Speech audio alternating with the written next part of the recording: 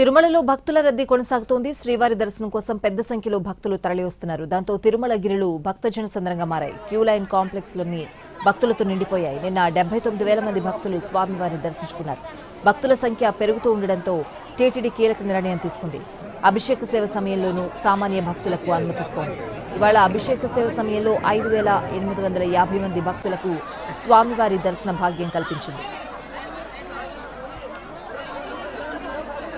గత 6 రోజుల వ్యవధిలో 5 లక్షల మందికి పైగా భక్తులు శ్రీవారిని దర్శించుకున్నారు. దర్శనం చేసుకున్న భక్తుల కంటే చేసుకోవడానికి వచ్చే భక్తులు ఎక్కువగా ఉన్నారు.